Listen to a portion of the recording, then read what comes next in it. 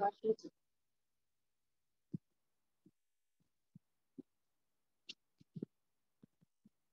कर दीजिए, म्यूट करिए। धारणा के लिए मुख्य सार। आज बाबा कहते हैं पहले पॉइंट, ज्ञान सागर में ज्ञान स्नान कर स्वयं को पावन बनाना है। ज्ञान सागर में स्नान कर स्वयं को पावन बनाना है। उससे क्या होगा? ज्ञान परिया हम बन जाते। बाबा कहते मित्र संबंधियों के साथ रहते बुद्धि में ये रहे, मेरा तो एक शिव बाबा दूसरा ना कोई। ज्ञान सागर में ज्ञान स्नान कर स्वयं को पावन बनाना है। मित्र संबंधियों के साथ रहते बुद्धि में रहे, मेरा तो एक शिव बाबा दूसरा ना कोई। दूसरी पॉइंट है, विष्णुपुरी में चलने के लिए पक्का वैष्णव अर्थात पवित्र बनना है। विष्णुपुरी में चलने के लिए पक्का वैष्णव अर्थात पवित्र बनना है। नरक से जीते जी मरकर बुद्धि योग स्वर्ग में लगाना है। नरक से जीते जी मरकर बुद्धि योग स्वर्ग में लगाना है। आज का वरदान है श्रेष्ठ बुद्धिमान भव।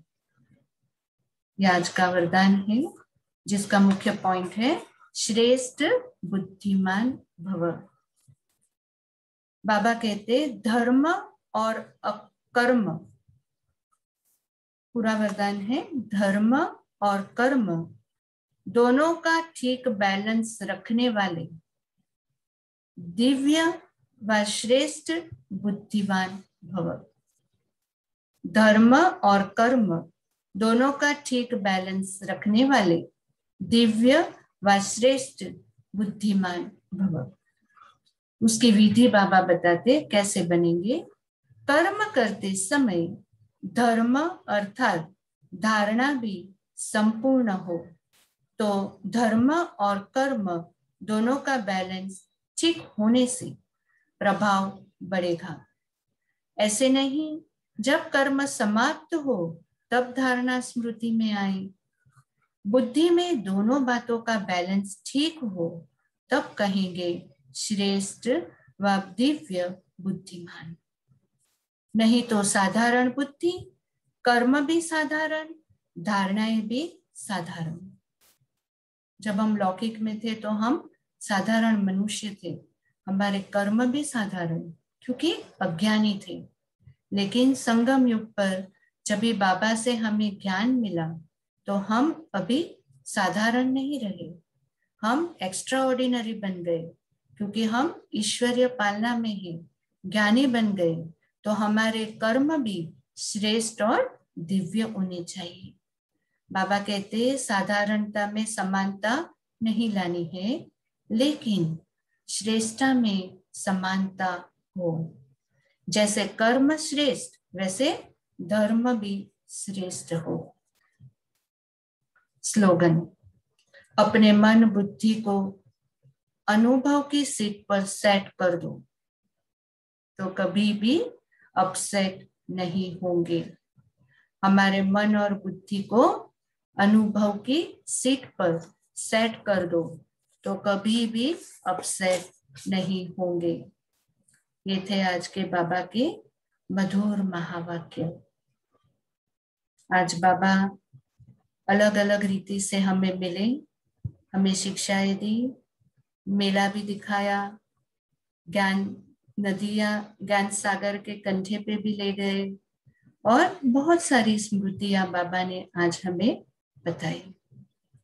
तो आज की मुरली से होमवर्क यही है, एक तो आत्मा का अभ्यास पक्का करना है, दूसरा बाबा की पालना का अनुभव करना है और तीसरा जीते जी मरना है। मेरा तो एक शिव बाबा, दूसरा ना कोई। तो आज हम यही अनुभूति में रहेंगे और टाइम टू टाइम ग्रुप में जो होमवर्क पोस्ट होते रहता है उसे भी हम करते रहेंगे। ओम शांति, ओम शांति, ओम शांति। ओम शांति। ओम शांति, ओम शांति।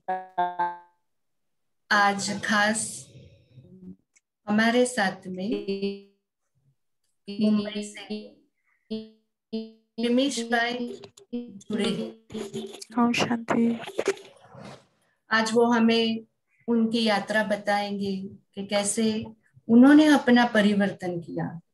विमेश भाई मुंबई में रहते हैं और वो बिजनेस करते हैं। उनका बिजनेस भी ब्रह्मा बाबा के जैसे ज्वेलरी का बिजनेस है।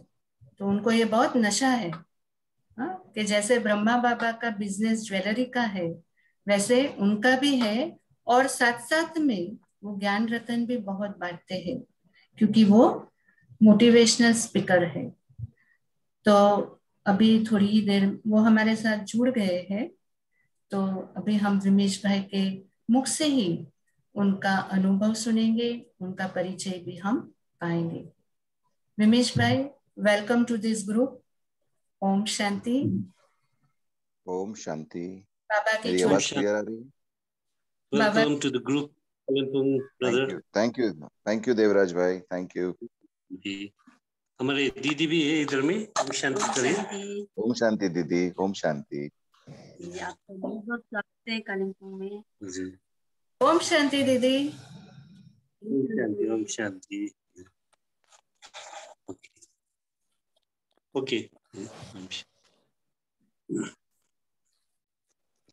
जी नेहा बहन, शुरू करूं? मैं बात करूं अभी? हाँ जी, हाँ जी। ठीक है। तो सभी बहनों और भाइयों को इस शरीर का, विमेश का ओम शांति। और बहुत अच्छा लग रहा है कि मैं आज आपके साथ यहाँ से जुड़ गया हूँ मुंबई से, और अनुभव शेयर करने का आपके साथ मुझे अवसर मिला है। मेरी यात्रा बाबा के साथ शुरू हुई 2008 में। पहली बार राजयोगा का परिचय हुआ 2008 में, और फिर मैंने राजयोगा करके मैं भाग गया। मैं फिर मुरली सुनने आया नहीं। मैं फिर वहाँ की जो सेंटर की जो दीदी थी वो मुझे बोली थोड़े दिन के लिए आप मुरली सुनो। मैं मुरली सुनने के लिए थोड़े दिन के लिए गया, पर मैंने वहां देखा कि सारे कोई है जिनके बाल सफेद हैं या तो बाल उड़ गए हैं। तो मैंने सोचा कि नहीं, मेरी उम्र तो बहुत छोटी है अभी, ये सब के लिए अभी टाइम नहीं है। अभी तो मुझे पैसा कमाना है, बिजनेस बढ़ाना है, और ये मैं कहाँ मैं जा रहा हूँ। और बार बार मैं सोच रहा हूँ, मैं बोला ये सब मुझे इतना पकड़ के क्यों यहाँ पर लेके आ रहे हैं। पर फिर भी बाबा से, बाबा की टचिंग तो मिल गई। तो भले मैं मुरली नहीं सुनता था, पर बाबा के सेंटर पे जाता और कमरे में बैठता मैं जरूर। मैं जाके कहीं कभी भी दुविधा होती तो मैं जाके बाबा के कमरे में जाके बैठ जाता। और मुझे इतना बाबा का परिचय नहीं था तभी। तो मैं ये समझता था ये बाबा कौन है। तो मुरली राजयोगा तो कर लिया था मैंने, पर इतना बाबा का परिचय नहीं था, क्योंकि बाबा कभी अपने आप को आगे नहीं करते थे। तो ये भी नहीं समझ आता था, है यहाँ पर बाबा और नाम लिखा हुआ है ब्रह्मा कुमारी। फिर भी कुछ न कुछ कनेक्शन था कि मैं सेंटर जाते रहता। फिर एक टाइम ऐसा आया कि बिजनेस के अंदर कुछ प्रॉब्लम आई और कुछ नुकसान हुआ। तो फिर मैंने वापस सेंटर रेगुलर जाना स्टार्ट किया और बाबा के कमरे में जाके और बैठने लगा। फिर वो दीदी ने मुझे पकड़ लिया और बोला नहीं, अभी आप मुरली सुनने आओ। तो उन्होंने बताया कि 2000 ये करीब 15-16 की बात है, तब उन्होंने बताया कि आप एक काम करो, पहले सिर्फ संडे टू संडे आओ। मैंने बोला ठीक है। फिर उन्होंने मुझे थर्सडे और संडे स्टार्ट कराया। फिर मेरे जो लौकिक पिताजी है वो ज्ञान में लंबे टाइम से चल रहे थे, और फिर उन्होंने युक्ति लगाई कि आप एक काम करें, आपके पिताजी है, उनकी उम्र ज्यादा है, आप उनको ऐसे ही ना भेजें, आप उनको छोड़ने आए और आप उनको लेने आए। फिर उन्होंने ये युक्ति लगाई कि अभी आप उनको छोड़ने आएंगे, लेने आएंगे, अलग अलग टाइम पे दो दो बार आप चक्कर काटेंगे, तो एक काम करें, आप पीछे आप बैठे कमरे में, मुरली चल रही हो तो पीछे बैठे, और आप बोले आप सुनना, आप अपना जो भी काम करना है मोबाइल पे या जो है आप करते रहना। ऐसे कर करके धीरे धीरे मैं मुरली से जुड़ने लगा। और दीदी एक चीज बोलती थी कि अगर कोई भी समस्या हो तो बाबा के सामने रख दो, तो बाबा 2 या 3 दिन के अंदर आपको मुरली में उसका जवाब देंगे। बल्कि मेरा बाद में अभी का तो अनुभव ये है कि बाबा उसी दिन जवाब दे देते हैं। पर दीदी ने बड़ी युक्ति लगाई, उन्होंने कहा कि 2-3 दिन, मतलब 2-3 दिन के लिए तो मुझे जोड़ दिया। ऐसे करते करते एक टाइम ऐसा आया कि एक दुविधा थी, और मुरली में मैं पीछे बैठे बैठे मेरे व्हाट्सएप पे मैं कुछ काम कर रहा था, और उसी पॉइंट की बात मुरली में आई, और मुझे उस जो भी मेरी दुविधा थी उसका सलूशन मिला, और वो हल निकला। मैंने उस दिन में वो बाबा ने जो कहा उसी हिसाब से किया, और मेरा रास्ता क्लियर हो गया। अभी मैं हूं तो बिजनेस माइंड, तो मैंने सोचा ये तो अच्छा है, बाबा जवाब दे रहे हैं, मुझे जो भी तकलीफ पड़ती है मैं काम करता हूँ, बाबा की मुरली सुनता हूँ और मैं आंसर लेके जाता हूँ। और ऐसे करते करते मैंने सोचा कि मैं युक्ति लगा रहा हूं, पर मुझे नहीं पता चला कि बाबा युक्ति लगा रहे मुझे जोड़ने के लिए। वैसे करते करते मैं रेगुलर जुड़ गया, और एकदम रेगुलर मुरली सुनने लगा। तुरंत सिस्टर ने क्या किया, दीदी ने क्या किया, मुझे सेवा में लगा दिया। और सेवा में मुझे बड़ा इंटरेस्ट था, क्योंकि मैं ऐसे ही जैसे शिव नेहा बेन ने बताया कि मैं मोटिवेशनल स्पीकर हूँ, तो मुझे लोगों को कुछ चीज शेयर करना, अनुभव बताना बहुत अच्छा लगता था। तो दीदी ने बोला कि आपको अगर सेवा सेवा करनी है तो फिर मुरली रेगुलर सुननी पड़ेगी, आपको रेगुलर बनना पड़ेगा। ऐसे करते करते मैं मुरली में एकदम रेगुलर हो गया। अब जैसे मेरा बिजनेस का काम ज्यादा एक्सपोर्ट का है, तो मैं लंदन और वगैरह मैं ट्रैवल करते रहता हूँ। तो ये एक अनुभव हुआ 2016 में कि मैं गया था यूके, और मैं वहां जाता हूँ तो मैं खुद ही ड्राइव करता हूँ। तो मैं एक मीटिंग के लिए एक मेरे जो कस्टमर है उनको मिलने जा रहा था, और मैं फ्राइडे के दिन उन्होंने टाइम दिया था। वो भाई मुस्लिम हैं, तो उन्होंने मुझे फ्राइडे का दिन दिया, क्योंकि उनके लिए फ्राइडे का दिन बड़ा इम्पोर्टेंट होता है। तो मैं चल पड़ा, मैं कार लेके ड्राइव करके उनके शहर जा रहा था।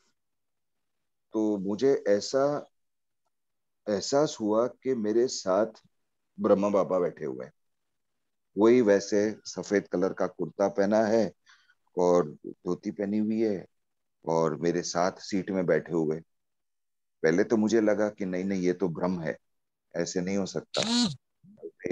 मेरे माइंड में ऐसे ही आ रहा है कि मेरे साथ बैठे हुए हैं।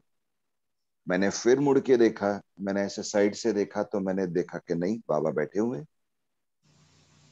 तो मेरी दिल की धड़कनें बढ़ गई। बोला ये क्या हो रहा है। बाबा मुस्कुराए, और ऐसे मुझे एहसास हुआ जैसे उन्होंने मेरा जो पाँव होता है ना, मेरे जो मैं कार चला रहा था तो मेरे वहां पर पाँव पे उन्होंने हाथ रखा, और मुझे कहा बच्चे, आज जो मीटिंग में जा रहे हो ना, वहां कुछ चैलेंज आने वाली है, पर आप फिक्र मत करना। आप आप फिक्र मत करना, आप सिर्फ उनका ख्याल रखना, मैं तुम्हारा ख्याल रखूंगा। बस इतना उन्होंने बोला, ऐसा मुझे एहसास हुआ। और वहां तक पहुंचा, वहां तक मुझे ऐसा था कि बाबा मेरे साथ बैठे हुए। आधा पौना घंटा में गाड़ी कार चला के मैं जब तक पहुंचा तब तक मुझे एहसास हुआ। जैसे वहां पहुंचा मैंने देखा वहां सीट में कोई नहीं है। अच्छा, मैं मीटिंग में गया, अंदर बैठा, तो वहां का तो तौर तरीका है कि वहां बड़े मान से उन्होंने सत्कार से बुलाते हैं, चाय कॉफी पानी पूछते हैं, कुछ आप खाना खाएंगे पूछते हैं। उस दिन मुझे कुछ नहीं पूछा। मैं जैसे वहां बैठा, उन्होंने कहा, विमेश भाई आपसे नाराजगी है, आपसे झगड़ा करना है। मेरे मुंह से निकला कि आपका और मेरा झगड़ा ही नहीं हो सकता। बोलते नहीं, आपसे गलती हुई है, आपसे झगड़ा तो करना ही करना है। तो मेरे मुंह से निकला कि भाई आपका और मेरा झगड़ा नहीं हो सकता, जो भी मेरी गलती है ना, मैं आपके पास उसके लिए माफी मांगता हूं। अब मैं बार बार इसलिए बोलता हूं कि मेरे मुंह से निकला, क्योंकि ये मैं नहीं बोल रहा था। अगर मैं बोलता तो मैं और ही कुछ बोलता कि क्या बात है, मुझे बताओ मेरी क्या गलती। मैं कुछ भी, मैंने ये चीज बोली, मेरी अगर जो भी गलती हुई है मैं उसके लिए माफी मांगता हूँ। फिर उन्होंने बात शुरू की। उन्होंने तकरीबन 1 घंटे तक वो बोलते रहे और मैं सुनता रहा। मैंने एक भी बार बीच में उनको टोका नहीं। जब 1 घंटा उन्होंने बात, जो भी उनके मन में मेरे लिए शिकायत थी, जब ही उन्होंने बता दी, तब मैंने उनको बताया कि 2 बातें बोलना चाहता हूँ। तो उन्होंने बोला, बोले। मैंने कहा, पहले आप इतने टाइम से आपको मेरी वजह से दिक्कत हुई है, आपको तकलीफ हुई, उसके लिए मैं माफी चाहता हूँ। और दूसरा, अगर मुझे आप 5 मिनट का समय देते हो और मौका देते हो तो मैं कुछ अपनी सफाई में कुछ कहना चाहता हूँ, उसके बाद आपके ऊपर छोड़ देता हूँ।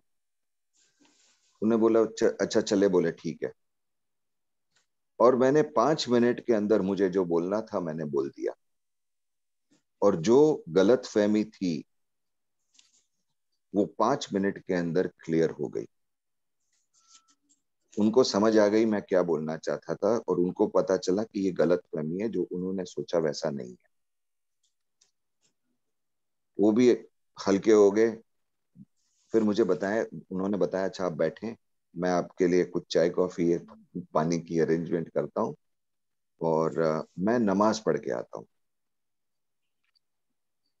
मैंने बोला ठीक है। वो गए नमाज पढ़ने, और करीब आधे घंटे के बाद आए और हाथ में पाउंड्स लेके आए। जैसे अपने रुपए होते हैं उनके पाउंड्स होते हैं, और पाउंड थे करीब, जो अपने इंडियन रुपीस के हिसाब से देखें तो 1 लाख रुपए थे। वैसे उन्होंने मुझे कुछ 4.5-5 लाख रुपए देने थे, पर उस दिन तो उन्होंने तो मुझसे झगड़ा करना था, तो पैसे तो देने नहीं थे। तो हाथ में 1,000 पाउंड, 1,000 पाउंड लेके आए और मुझे हाथ में देते हैं और बोलते हैं कि विमेश भाई, ये मुझे गाड़ी के जो आगे का जो ड्रॉअर होता है, जो आगे का कंपार्टमेंट होता है, उसके अंदर ये मेरे 1,000 पाउंड पड़े हुए थे। मुझे पता नहीं वहां पर 1,000 पाउंड कैसे आए, क्योंकि हम लोग यहाँ पर कैश रखते ही नहीं है। हम तो क्रेडिट कार्ड से सारा कुछ करते हैं। पर ये कैश वहां कहाँ से आए मुझे पता नहीं है। लगता है ये आप ही को देने के लिए आए। और उन्होंने मुझे हाथ में 1,000 पाउंड दिया। और उसके बाद कुछ समय में उन्होंने बाकी की भी रकम क्लियर कर दी। और मतलब एक 1-1.5 महीने के अंदर उन्होंने सारे जितने देने थे वो क्लियर कर दिया। फिर मुझे खाना खाने के लिए किधर लेके गए। तभी मुझे बोलते थे कि विमेश भाई, आप और मैं बात कर रहे थे, आपने बोला कि आपने पहले ही माफी मांग ली। आप तो जानते भी नहीं थे मैं क्या बोलना चाहता था। अगर मैं आपको पैसे नहीं देता तो आप क्या करते। तो मेरे मुंह से निकला कि अगर आप मुझे पैसे नहीं भी देते ना, तो ये शायद मेरा मुकद्दर होता, ये शायद आपका मुकद्दर होता। क्योंकि वो मुस्लिम है तो मैं उनके हिसाब से बात कर रहा था।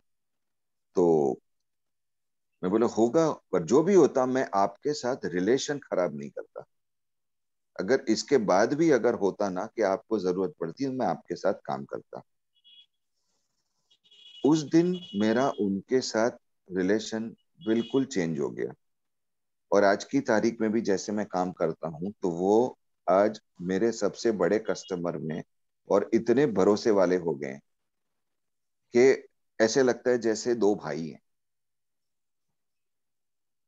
तो जब मैं वहां से निकला और मैं सोच रहा था कि मेरे मुंह से जो निकला मैंने क्या कहाँ से निकला, तब ये चीज का कनेक्शन मुझे मिला कि जो बाबा मेरे साथ में बैठे हुए थे ना, वो सिर्फ एक एहसास नहीं था, वो बाबा ही थे।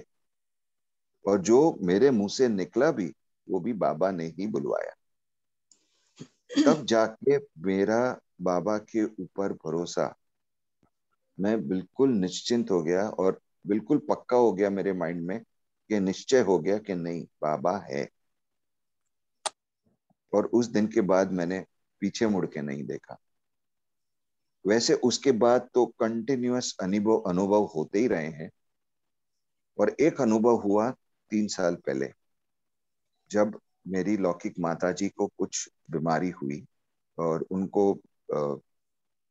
ये हुआ कि उनके हाथ पांव सुन पड़ने लगे। तो डॉक्टर को दिखाया तो उन्होंने कहा कि इनकी ब्लड टेस्ट कराओ, शायद एमआरआई करना पड़ेगा, शायद ब्रेन में क्लॉट है। तो हम टेस्ट कराने के लिए गए। अभी मेरे लौकिक पिताजी है, उनका विश्वास सिर्फ यहाँ जो ब्रह्मा कुमारी हॉस्पिटल है वहां के डॉक्टर्स के ऊपर है। तो कुछ भी होगा तो बोलेंगे, छोटी में छोटी चीज होगी तो बोलते नहीं, जाएंगे तो सिर्फ ब्रह्मा कुमारी हॉस्पिटल, और किधर नहीं जाना। तो उस दिन मैंने मेरे लौकिक पिताजी को बताया। मतलब पापा सिर्फ टेस्ट करानी है, टेस्ट कराने के लिए उधर क्यों भेज रहे हो, ये तो यहीं हो जाएगी। बोलते नहीं, ब्रह्मा कुमारी हॉस्पिटल ही लेके जाना उनको। तो मैं उनको लेके गया। और जैसे मैं टेस्ट कराने के लिए जो पेमेंट पे उधर काउंटर पे कर रहा था, उतने में माता जी को पैरालिसिस का स्ट्रोक आ गया और उनका मुंह पूरा टेढ़ा हो गया और बोलना बंद हो गया। उसी उसी घड़ी में सबसे पहले मैंने बोला, मतलब बाबा आ जाओ, अब मुझे पता नहीं क्या करना। 10 मिनट के अंदर बेड अरेंज हो गया। आधे घंटे के अंदर उनकी ट्रीटमेंट या जो करना था वो स्टार्ट हुई। और वो बोले, माता जी बोलते नहीं अब मैं ठीक हूँ, अभी चलते हैं। मैं बोला क्या चलते हैं, अभी बैठो, देखते हैं, डॉक्टर आएंगे देखेंगे, फिर आगे क्या बताते हैं फिर देखते हैं। अब ड्रामा कैसा है देखो, उसी दिन पे वहां पर एक डॉक्टर आए जो ब्रेन के भी सर्जन है और हार्ट के भी सर्जन, दोनों की सर्जरी करते हैं। और वो कभी कभार ही वो हॉस्पिटल पे आते हैं, वो हर रोज नहीं आते। और उसी दिन वो वहां पर आए हुए थे और बैठे थे मेरी साथ वाली सीट में। तो हमारे जो फैमिली डॉक्टर हैं जो ब्रह्मा कुमारी हॉस्पिटल से जुड़े हुए हैं, उन्होंने बताया कि ये डॉक्टर है, वो आपको देखेंगे, आपकी माताजी को देखेंगे। तो मेरे मुंह से उनका नाम निकला तो उन्होंने मेरी तरफ देख के बोलता आप तो मेरी बात कर रहे हो, वो डॉक्टर मैं ही हूँ। तो उनकी टेस्ट कराने के लिए लेके गए। मुझे बताते कि लगता है ब्रेन में क्लॉट नहीं है, उनका हार्ट में कुछ क्लॉट है, कहीं पे भी ब्लॉकेज है। मैं एंजियोग्राफी करता हूँ, अगर वो क्लियर हो जाता है तो ठीक है, नहीं होगा तो फिर मैं ब्रेन का जो भी सर्जरी करना है वो करूंगा। मैंने कहा ठीक है। और मैं तो बाबा का ही नाम ले रहा था तभी, मन ही मन में मैं बाबा का नाम ले रहा था। बाबा जो करा रहे हैं आप करा रहे हैं, आप जैसे बोल रहे हैं मैं करते जा रहा हूँ। और तब तक मैंने मेरे लौकिक पिताजी को कुछ नहीं बताया था कि ऐसे ऐसे उनको हो गया। उनको तो यही था कि अभी भी ये टेस्ट ही करा है। 1 घंटे के अंदर उनका जो प्रोसीजर कंप्लीट करना था वो प्रोसीजर कंप्लीट हो गया। और उसके बाद डॉक्टर ने मुझे बुलाया और उन्होंने मुझे स्क्रीन के ऊपर कंप्यूटर पे उनका दिखाया, ब्रेन में कोई क्लॉट नहीं था। उन्होंने एंजियोप्लास्टी की, उनका जो ब्लॉकेज था वो स्टेंट लगाया और जैसे वो क्लियर हुआ, ब्लड फ्लो बढ़ गया और जो क्लॉट था वो क्लियर हो गया। और 3 दिन के अंदर माता जी वापस घर पर आ गई। अभी ये लॉकडाउन जब हुआ, जो पहला वाला लॉकडाउन हुआ, तब मेरे पिताजी का और एक अनुभव कि खाना खा के घर पे बैठे थे, करीब 12:30-1 बजे खाना खा के बैठे और उनको चक्कर आने लगे। चक्कर आने लगे तो मैं तो काम पे गया हुआ था, क्योंकि तब तक थोड़ा थोड़ा लॉकडाउन में काम ओपन हो गया था। वो कभी भी मुझे कॉल नहीं करते, कभी फोन करके मुझे बुलाते नहीं, पर उस दिन शाम को 6 बजे उन्होंने मुझे मैसेज किया, कॉल भी नहीं किया, मैसेज किया, वो जो कभी भी ना उन्होंने आज तक नहीं किया है। मुझे मैसेज किया और मुझे लिखा, ओम शांति, जब फ्री हो जाए तो घर पे आ जाना। ऐसे भी नहीं बताया कि कॉल करना, घर पे आ जाना। अब जैसे ये मैसेज आया तो मैं जो कर रहा था, मैं घर से थोड़ा ही दूर था और कुछ काम के लिए जा रहा था, मैंने वो छोड़ के मैं सीधा घर आ गया। और उन्होंने बताया कि मुझे दोपहर से चक्कर आ रहे हैं और मुझे ऐसा लग रहा है कि जैसे काला काला हो रहा है। अब ये करके मैं उनको 7, 7:15 बजे डॉक्टर के पास लेके गया। डॉक्टर को दिखाया तो देखा कि उनका पल्स ही नहीं आ रहा है, उनकी जो नब्ज है वो पकड़ में ही नहीं आ रही है। और डॉक्टर मुझे पूछते हैं कि ये दिन में बेहोश हुए थे?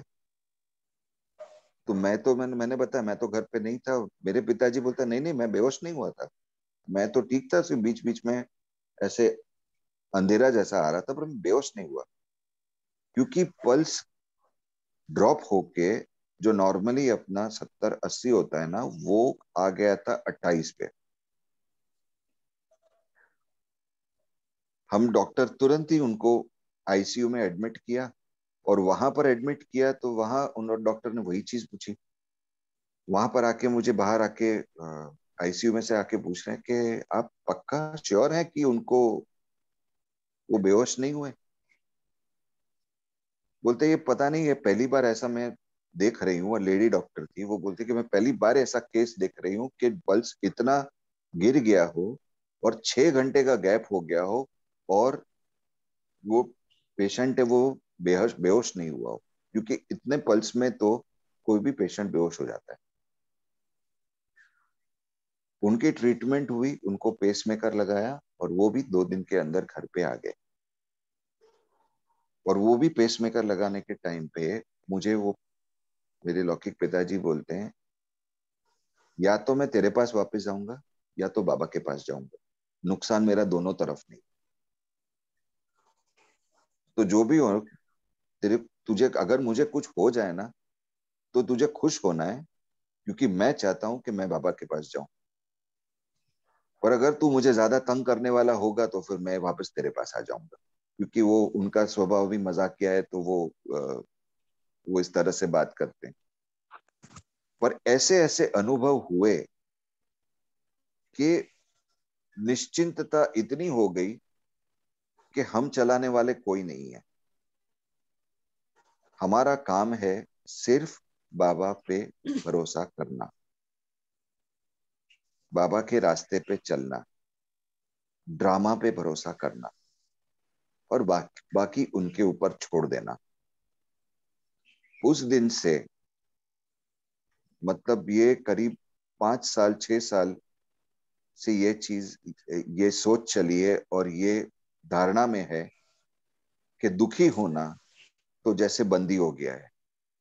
क्योंकि एक मुरली में एक पॉइंट आया था जो मुझे बड़ा टच गया, कि कभी भी बच्चा दुखी होता है ना, तो बाप दुखी होता है। तो बाप को दुखी नहीं करना है। जब बाप आया है खुशी देने, और बाप ने बोला कि जो चीज है, चाहे कोई भी पेपर आए, कोई भी तकलीफ आए, मैं तुम्हारे साथ, तुम्हारे कर्म कट रहे हैं और तुम्हारे कर्म कटने के समय जो वो आपने यात्रा करनी है, उसमें बच्चे मैं तेरे साथ हूं।